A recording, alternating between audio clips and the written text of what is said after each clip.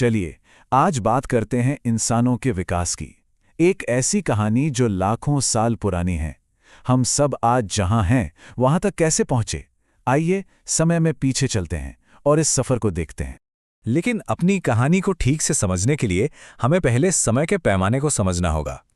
अपनी पृथ्वी ये करीब 4.6 अरब साल पुरानी है। ये इतना ज्यादा वक्त है कि सोचकर ही दिमाग चकरा जाए। तो सवाल ये उठता है कि इतने लंबे, इतने विशाल टाइमलाइन में हम इंसान आखिर आते कहाँ हैं? क्या हम शुरू से ही इस ग्रह पर थे? इसका जवाब ना काफी हैरान करने वाला है। मान लीजिए कि पृथ्वी का पूरा इतिहास एक 24 घंटे की घड़ी है। तो पता है इंसान कब आए? ठीक आधी रात होने से कुछ सेकंड पहले। जी हाँ, हम इस ग्रह पर बहुत बहुत नए हैं। तो फिर चलिए जरा उस दुनिया को इमेजिन करते हैं जो हमारे बिना थी। एक ऐसी दुनिया जहां शायद डायनासोर थे और महाद्वीप भी वैसे नहीं थे जैसे आज हैं। देखिए, जिंदगी तो इस ग्रह पर अरबों साल से है, लेकिन वो एवोल्यूशनरी ब्रांच जो हम इंसानों तक पहुंची वो तो काफी हाल की बात है।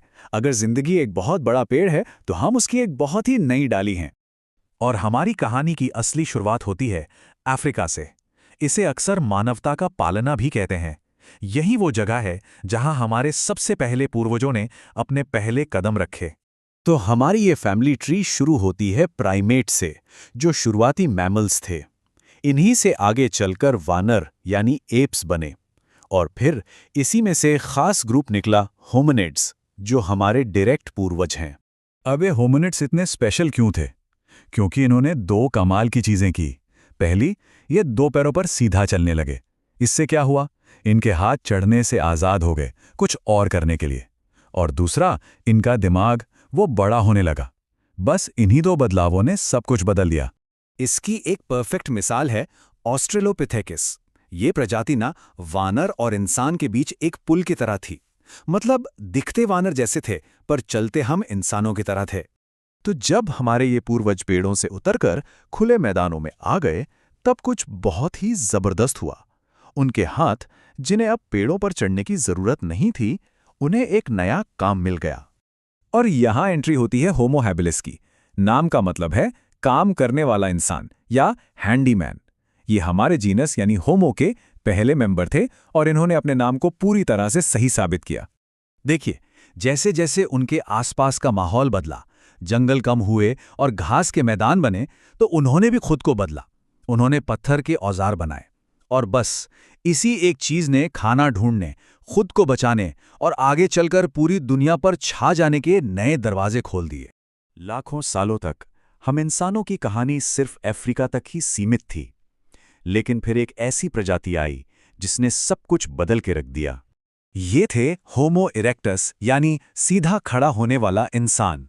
और ये एक असली गेम चेंजर थे।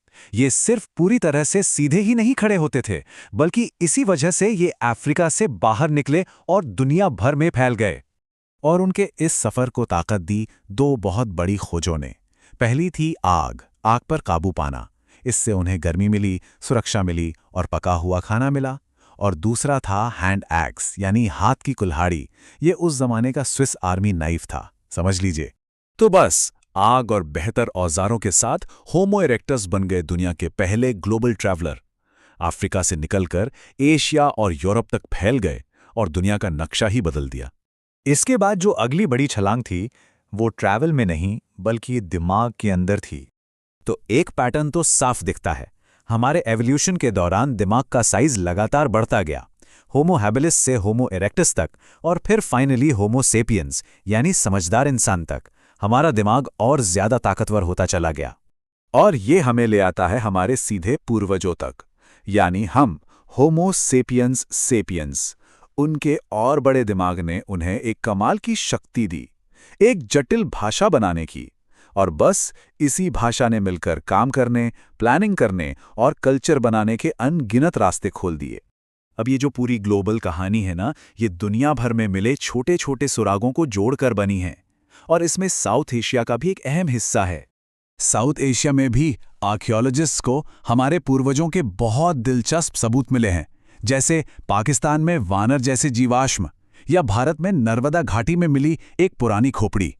मतलब इस इलाके का भी मानव इतिहास काफी पुराना और गहरा है। तो इन खोजों से ऐसा माना जाता है कि जब मॉडर्न ह्यूमंस अफ्रीका से बाहर माइग्रेट कर रहे थे तो उन्होंने समंदर के किनारे का रास्ता पकड़ा और साउथ इंडिया पहुंचे। और इस सफर में वो अपनी विरासत के निशान पीछे छोड़ते गए। तो हमने देखा 60 लाख साल का एक लंबा सफर, एक वानर से लेकर एक कारीगर तक का और फिर आज के इंसान तक का। एडाप्टेशन और इनोवेशन की ये पूरी कहानी देखने के बाद एक सवाल जरूर मन में आता है, हम इंसानों की कहानी का अगला चैप्टर क्या होगा?